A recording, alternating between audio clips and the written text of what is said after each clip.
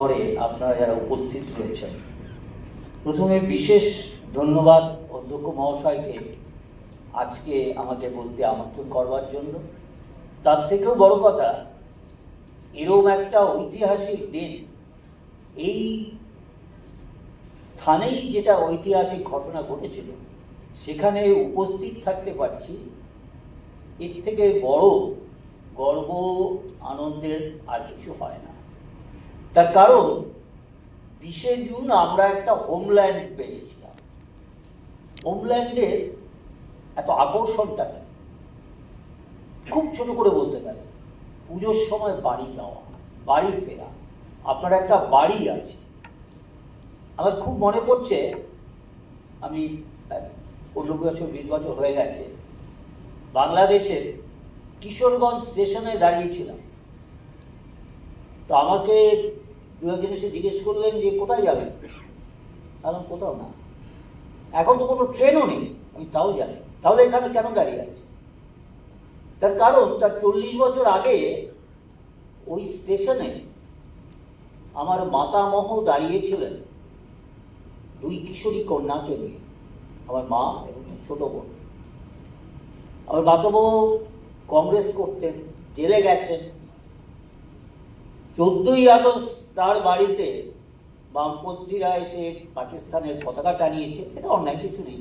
তা বলেছে আমরা এখন পাকিস্তানের নাগরিক।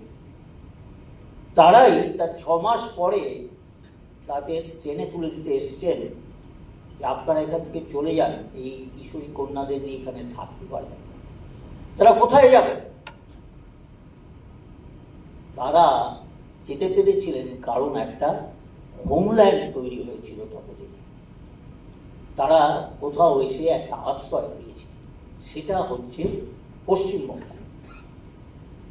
আর ঠিক সেই সময় তার কয়েক মাস পরে আরেক ভদ্রলোক, তিনি এই বিধানসভায় অর্থমন্ত্রী ছিলেন, তার আত্মজীবনী আছে, আপিলা চাপিলা, দেখে নেবেন। তিনি লিখছেন তিনি পূর্ব পাকিস্তানে আছেন, পাকিস্তানের নাগরিক। তিনি লিখছেন আমি শিয়ালদা স্টেশনে দাঁড়িয়ে আছি, গর্বিত পাকিস্তানি, পাকিস্তানের পতাকা হাতে। অন্যায়ের কিছু নেই। তিনি একটি যুব ফেডারেশনের পাকিস্তানের প্রতিনিধি হয়ে এখানে যোগদান করতে এসেছেন। কিন্তু তিনিও 6 মাস পরে সেটা ছেড়ে পালিয়ে এখানে চলে আসতে বাধ্য হলেন। কিন্তু এনারা বিপ্লবীরা এরকম হয়, বেদিন সাহেব অনেকবার চলে গেছেন, আবার ফিরেছেন, কিন্তু এনারা আর কোনোদিন ফিরে যাননি। তাদের কাজ হয়েছে এখানে বসে, এবং তার আগে আপিলা জাপিলা তার আগে আছে যে 1946-এর শেষের দিকে, সময়টা একটু এদিক ওদিক হতে পারে, শ্যামাপ্রসাদ মুখোপাধ্যায় ঢাকায় গেছেন, তিনি বামপন্থী হয়ে তারা দলবল নিয়ে শ্যামাপ্রসাদ মুখোপাধ্যায় সভায় গেছেন ডিস্টার্ব করতে, পাথর ছুটতে, ইত্যাদি ইত্যাদি। এটা খুব অন্যায় কিছু নয়, বিরোধীরা বা অন্য পক্ষ করে। কিন্তু তারাই যখন শ্যামাপ্রসাদ মুখোপাধ্যায়ের পশ্চিমবঙ্গে এসে আশ্রয় নিয়েছেন এবং তারপর আজীবন তারা এই বিরোধিতা করে গেছে, এর মধ্যে আমাদের পশ্চিমবঙ্গকে বড় করতে হয়েছে। এই হোমল্যান্ড ব্যাপারটা কীরকম, পায়ের তলায় একটা মাটি কীরকম। ভারতে দুটি উদ্বাস্তু সম্প্রদায় আছে, তারা ভারতের সবচেয়ে ধনী সম্প্রদায়। একটা হচ্ছে অনেক আগের উদ্বাস্তু পার্সি, তারা এখন প্রায় শেষ। আর আছেন সিন্ধিরা। সিন্ধিরাও ভারতবর্ষের অত্যন্ত ধনী তারা, কিন্তু তারা তাদের ভাষা হারিয়ে ফেলেছে, তারা তাদের নিজেদের সংস্কৃতি হারিয়ে ফেলেছে, তারা বিভিন্ন জায়গায় ছড়িয়ে ছিটিয়ে আছে। কেন? কারণ তাদের পায়ের তলায় নিজেদের মাটি নেই। যেটা হয়েছিল ইহুদিদের, তারা বিভিন্ন জায়গায়, আজকে যে আপনারা হিব্রু ভাষা লেখা টেখা দেখেন, এটা গত 50 বছরে আবার নতুন করে তৈরি হয়েছে, তারা বিভিন্ন দেশে ছড়িয়ে গিয়েছে।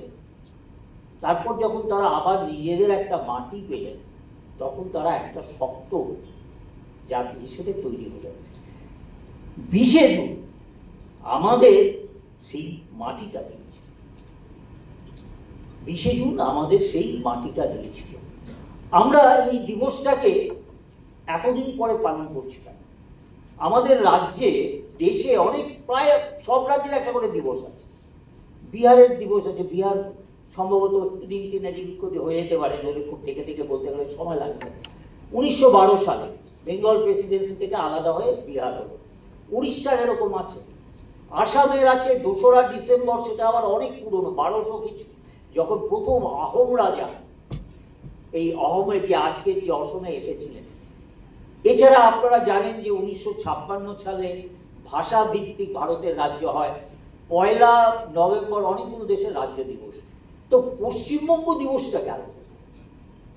তার কারণ যেটা আজকেও অনেকগুলো বামপন্থী দল বলছেন যে এসব কথা স্মরণ করা ঠিক নয়, ভাতৃঘাতী, হানাহানি ইত্যাদি, সুতরাং এসব স্মরণ না করাই ভালো। অর্থাৎ আমাদের এসব ভুলে যাওয়াই উচিত।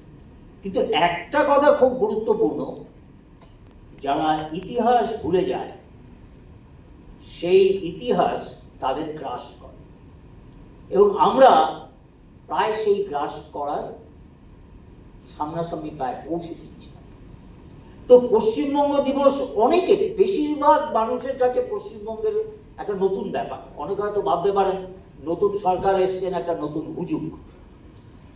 এই পশ্চিমবঙ্গ দিবস আজকে যে পালিত হচ্ছে, সরকারি উদ্যোগে পালিত হচ্ছে, এর জন্য প্রথম কৃতজ্ঞতা এবং শ্রদ্ধা জানাই আমাদের মাননীয় মুখ্যমন্ত্রী শুভেন্দু অধিকারী মহাশয়।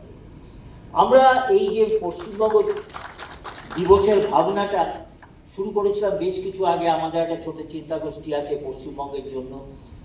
আমরা 2014 সাল থেকে প্রকাশ্য সভা করতে শুরু করি, তারপর ভারতীয় জনতা পার্টির উদ্বাস্তু সেল তাদের সাধ্যমতো করতে শুরু করেন, কিন্তু এটাকে একটি বিশেষ স্তরে নিয়ে গেলেন 2021 সাল থেকে শ্রী শুভেন্দু অধিকারী মহাশয়। তিনি এই বিধানসভা থেকে প্রথম বিধানসভার সামনে 2021 সালে একটা সমাবেশ করেছিলেন, তারপরে সেখান থেকে প্রতি বছর বিধায়কদের নিয়ে গিয়ে শ্যামাপ্রসাদের মূর্তিতে সামনে অনুষ্ঠান করেছেন। এই বিধানসভায় প্রস্তাব আনার চেষ্টা করেছেন, বিরোধিতা হয়েছেন, এবং আজকে 4 মের পর এই দিবসটি আজকে স্বীকৃত হয়েছে। সারা পশ্চিমবঙ্গ এটাকে করছে, সমস্ত স্কুল কলেজে পালিত হচ্ছে, এবং তারা নতুন করে শিখছে। এই নতুন করে শেখার মধ্যে সবচেয়ে গুরুত্বপূর্ণ যে বিষয়টা হলো সেটা হচ্ছে, অনেকে বললেন আমরা বাংলা ভাগ করে দিয়েছি। হিন্দুরা, হিন্দু প্রতিনিধিরা, শ্যামাপ্রসাদ মুখোপাধ্যায় বলুন, অবশ্য এই যারা ভোট দিয়েছিলেন তাদের বেশিরভাগই যে নামগুলো আমাদের মাননীয় তাপস রায় মহাশয় উল্লেখ করেছেন, তারা কংগ্রেসের মানুষজন, তারা করেছেন। কিন্তু মনে রাখতে হবে, বাংলা ভাগ বাঙালি হিন্দু করতে চায়নি। 1905 সালে যখন লর্ড কার্জন বেঙ্গল প্রেসিডেন্সিকে দুভাগ করে দিলেন, একদিকে বাংলা, বিহার, উড়িষ্যা, বাংলার একটা অংশ, মূলত আজকের হিন্দু প্রধান অংশগুলোকে আলাদা করলেন, আর আরেকটা দিক করে দিলেন বেঙ্গল, ইস্ট বেঙ্গল অ্যান্ড আসাম, মুসলিম প্রধান। মূলত বাঙালি মুসলিমরা কিন্তু এটাতে খুব খুশি হয়েছিল যে একটা মুসলিম প্রধান অঞ্চল পেলাম, এবং অসমবাসী তখনও বুঝতে পারেনি যে তারা কি সমস্যার মধ্যে পড়ছে।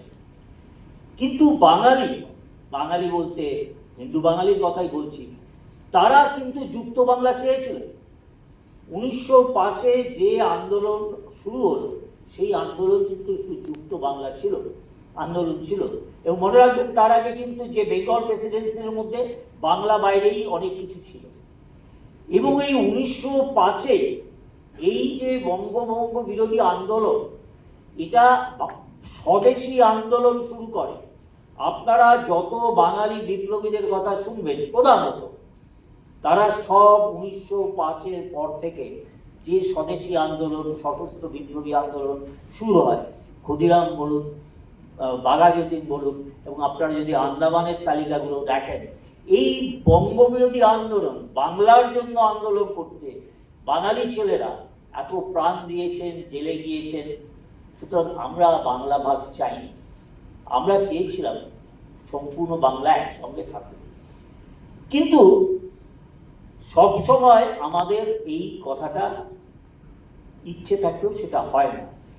বাংলার এই পরিবর্তন যে আসছে, এরপর 1911 সালে আপনারা জানেন সেই বঙ্গভঙ্গ রদ হলো, নতুন করে প্রথম একটা যুক্ত বঙ্গ একটা রাজ্য তৈরি হলো। অসম আলাদা হলো, বিহার আলাদা হলো। এই আগেই বললাম 1912 সালে বিহার নিজেদের বিহার দিবস পালন করে, বাংলা হলো। কিন্তু এর মধ্যে যে ঘটনাগুলো ঘটছে, 1935 সালে ইন্ডিয়া এক ভারত আইন হলো। তাতে এই প্রথম ব্রিটিশ শাসিত যে রাজ্যগুলো ছিল তাতে এক ধরনের পার্লামেন্টারি প্রসেস শুরু হলো, সেখানকার নির্বাচিত, যদিও সে নির্বাচনটা অনেকটা সংক্ষিপ্ত নির্বাচন, সবাই ভোট দিতে পারতেন না, যাই হোক, তবু একটা নির্বাচিত সরকার বিভিন্ন জায়গায় করবার কথা হলো। তার জন্য পশ্চিম বাংলায়, যুক্ত বাংলার জন্য এই যে তখন আইনসভা বলা হতো, আইনসভায় যে আসন বন্টন হলো সেটা ধর্মীয় ভিত্তিতে হলো। তখন কিন্তু বাংলার হিন্দু মুসলমান অনুপাত খুব একটা বিরাট তফাৎ ছিল না, মোটামুটি 55% মুসলিম, 45% হিন্দু। কিন্তু আসন বন্টনের সময় দেখা গেল যে বেশিরভাগ আসন পেলেন মুসলিমরা, হিন্দুরা কম। তার মধ্যে আবার হিন্দুদের মধ্যে আবার ভাগ হলো তফসিল। এই যে ভাগ শুরু হলো, এই সময় কিন্তু তার প্রতিবাদে সমস্ত বাঙালি মনীষা, আপনারা যার যার নাম করতে পারেন, রবীন্দ্রনাথ ঠাকুর, শরৎচন্দ্র চট্টোপাধ্যায়, আচার্য প্রফুল্লচন্দ্র রায়, যদুনাথ সরকার, রমেশচন্দ্র মজুমদার, মেঘনাথ সাহা, বিজ্ঞানী শিশির মিত্র, সবাই এর প্রতিবাদ করেছিলেন। 1936 সালের 15ই জুলাই বা 16ই জুলাই, তারিখগুলো একটু এদিক ওদিক হয়ে যেতে পারে, 1936 সালের টাউন হলে একটি সভা হয়। রবীন্দ্রনাথের বয়স তখন 75-76 এবং যথেষ্ট অসুস্থ, শান্তিনিকেতন থাকেন, কলকাতায় আসেন না। তিনি কলকাতায় এলেন সেই সভার জন্য। সেই সভার শুরুতে উনি বললেন যে আমি অনেক দিন রাজনৈতিক কোনো সভায় যাওয়া ছেড়ে দিয়েছি, কিন্তু এখানে আসতে বাধ্য হলাম কারণ এটা বাঙালির ভবিষ্যতের সঙ্গে যুক্ত। এবং তিনি এই যে কোটায় যেরকমভাবে ভাগ হয়েছে এটার বিরোধিতা করলেন, করে বললেন যে বাংলার সংস্কৃতি, বাংলার ইতিহাস, বাংলার বাণিজ্য, বাংলার বিজ্ঞান, বাংলার সাহিত্য, তাতে যাদের সবচেয়ে বেশি অবদান, স্রেফ সংখ্যার অনুপাতে তাদের সমস্ত আধিপত্য কমিয়ে দেওয়া, লঙ্ঘন করা, এটা ঠিক নয়। এই সময় আরেকজন ভদ্রলোক রাজনীতিতে আসতে শুরু করলেন। 1937 সাল প্রথম বাংলায় নির্বাচন হচ্ছে। এই ভদ্রলোকের নাম হচ্ছে শ্যামাপ্রসাদ মুখোপাধ্যায়। তার রাজনীতি করার কথা নয়, তাদের বাড়ি পুরো একটা বিদ্বানদের বাড়ি। পিতা আশুতোষ মুখোপাধ্যায় শুধু যদি গণিত নিয়ে থাকতেন, তিনি বিশ্বের অন্যতম একজন বিশেষ গণিতজ্ঞ হতেন। সেই একাডেমিক বাড়ির লোক শ্যামাপ্রসাদ মুখোপাধ্যায় তাই বিশ্ববিদ্যালয় চালাচ্ছেন, তিনিও একজন অত্যন্ত পণ্ডিত ব্যক্তি। তিনি প্রথম বঙ্গীয় আইনসভাতে নির্বাচিত হয়েছিলেন কলকাতা বিশ্ববিদ্যালয়ের প্রতিনিধি হিসেবে, কোনো রাজনৈতিক প্রতিনিধি হিসেবে। কিন্তু 1937 সালে বাংলায় যে নির্বাচন হলো, ওই যেরকম আসন বললাম, তাতে মুসলিম লীগ আসন পেল অনেক, ফজলুল হকের কৃষক প্রজা পার্টি পেল, কংগ্রেসও পেল। কৃষক প্রজা পার্টি এবং কংগ্রেস সেদিন যদি একসঙ্গে যুক্ত সরকার করতো তাহলে হয়তো বাংলার ইতিহাসটা একটু পাল্টাতে পারে। কিন্তু কংগ্রেস তাতে অনুমতি দিল না। এবং এই 1937 থেকে শুরু হল 55% সম্পূর্ণ আধিপত্যের একটা রাজত্ব। নীরজ চৌধুরীর লেখায় সেটা খুব পরিষ্কার আছে যে বাঙালির আর কোনো কিছু থাকবে না। তো সেই সময় বিশ্ববিদ্যালয় চালাচ্ছেন শ্যামাপ্রসাদ মুখোপাধ্যায়। তিনি প্রথম রবীন্দ্রনাথ ঠাকুরকে সমাবর্তনে ভাষণ দিতে রাখলেন। এই প্রথম কলকাতা বিশ্ববিদ্যালয়ে বাংলায় ভাষণ হল। তার আগে একটা বাঙালিদের মধ্যে একটাই ছিল যে যে কোনো ভাষণ ইংরেজিতে দিতে হয়, এরকম একটা গুণীজন সমাগম। রবীন্দ্রনাথকে শ্যামাপ্রসাদ বলেছিলেন যে আপনি বাংলায় ভাষণ দেবেন, বাংলায় ভাষণ দেবেন।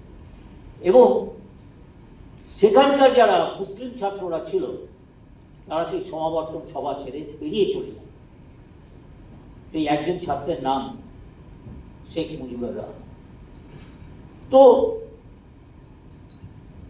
কলকাতা বিশ্ববিদ্যালয়ের প্রতীকে পদ্মফুল ছিল, শ্রী লেখা ছিল, সেগুলো বাতিল করতে হবে।